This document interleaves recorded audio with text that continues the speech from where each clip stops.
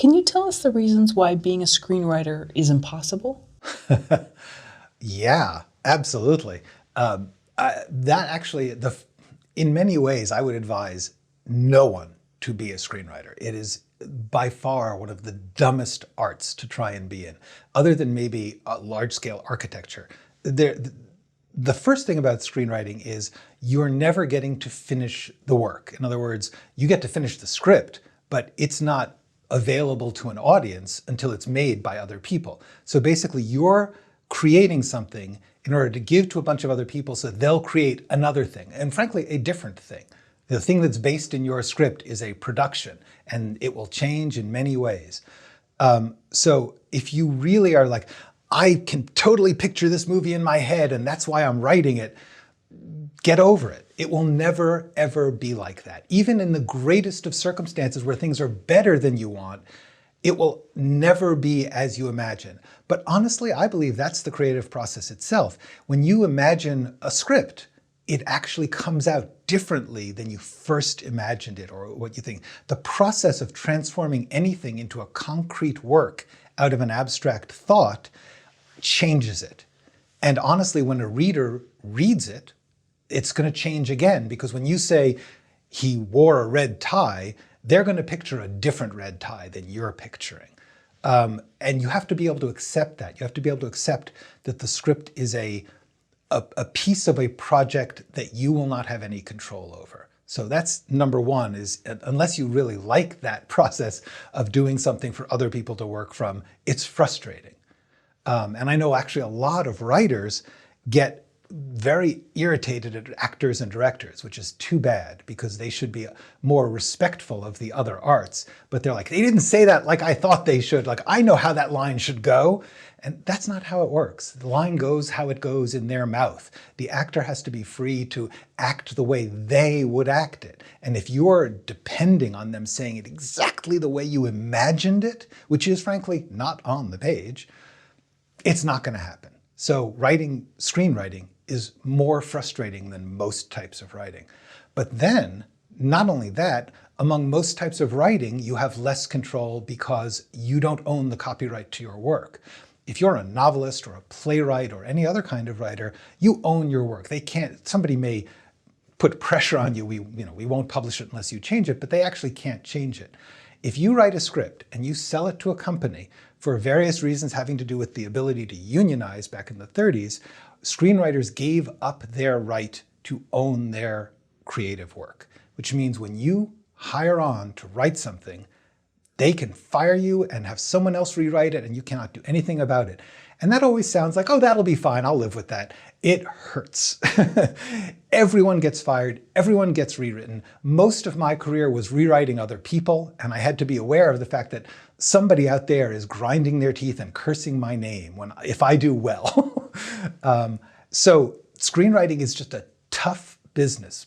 Then you get to the fact that for most writers now, you're going to be working on a staff of a show, which means it's not even your idea. You are one of a bunch of people contributing ideas, and the actual writer of the show, the creator, the showrunner, is going to be saying yes to that, no to that. That line is good, that line is good. We'll put them together.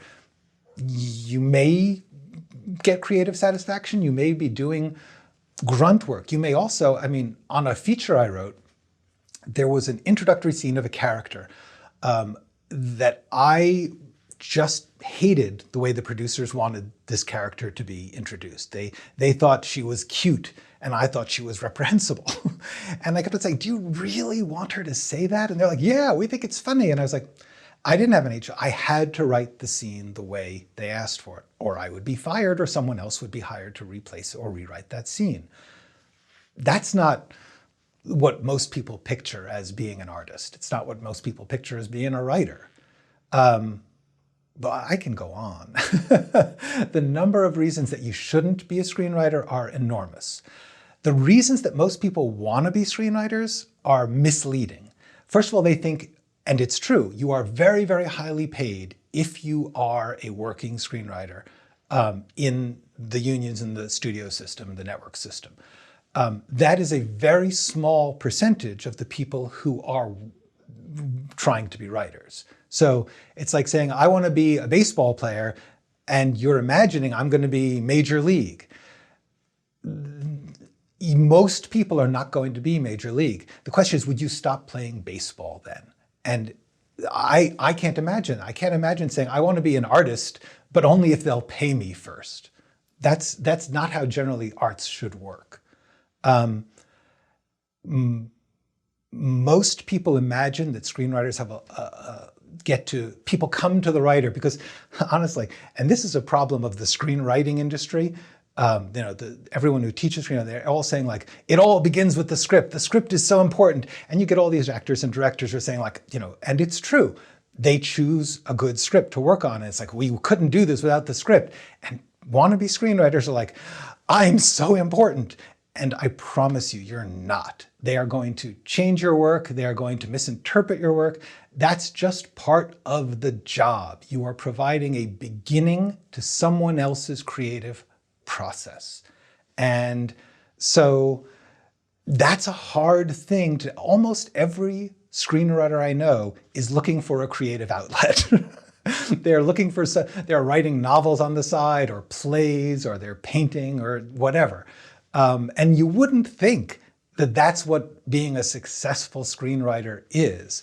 But truthfully, it is. It's a job. It's a glorious job. And when it works right, you have these amazing experiences where talented people take your work and they like your work and they do stuff and it works. And then it goes out to a big audience.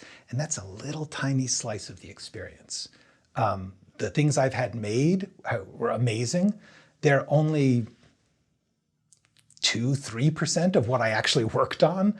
Most of what I worked on, no one will ever hear of. It's trapped in some company's vault somewhere, or in my drawer because no one bought it. And I'm talented, I'm good, I'm successful, I'm in the union, I'm highly paid, and most of what I write is rejected. So, be a painter if you can, because at least you get done, you have the finished painting. But the flip side of that, so that I don't just discourage the heck out of everybody.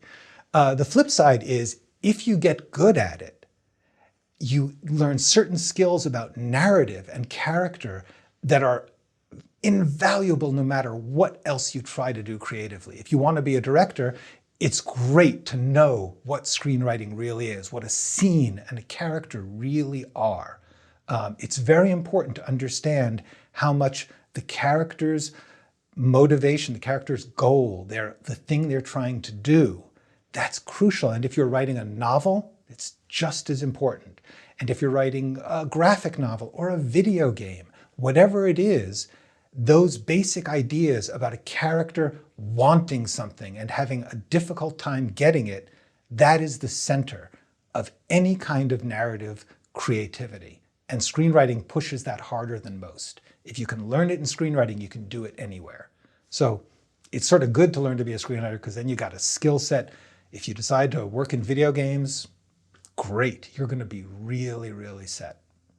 And when you were temping in New York City, were you attempting to be an author, or it was when you wrote that play and then you saw it was sort of Goldman-esque and you thought, let's do screenwriting? No, ever since I was like a kid, when I see something, I want to do it. Like I was painting for a while. I was drawing. I was writing plays. I was trying to direct movies. I was trying to direct movies on Super 8 silent film, which means I had to actually learn how to make silent movies.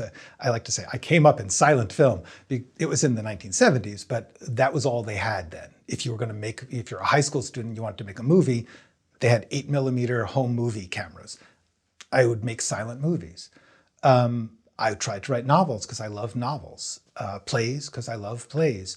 I have a dangerous desire to do absolutely anything I see. So no, I was always doing all of it, and I would sort of shift my focus depending on what was practical. When I was in high school, I got tired of silent movies. It was frustrating to not have any dialogue. But high school, they had plays, so I started to write plays. High school and college, I did plays. I got out of college.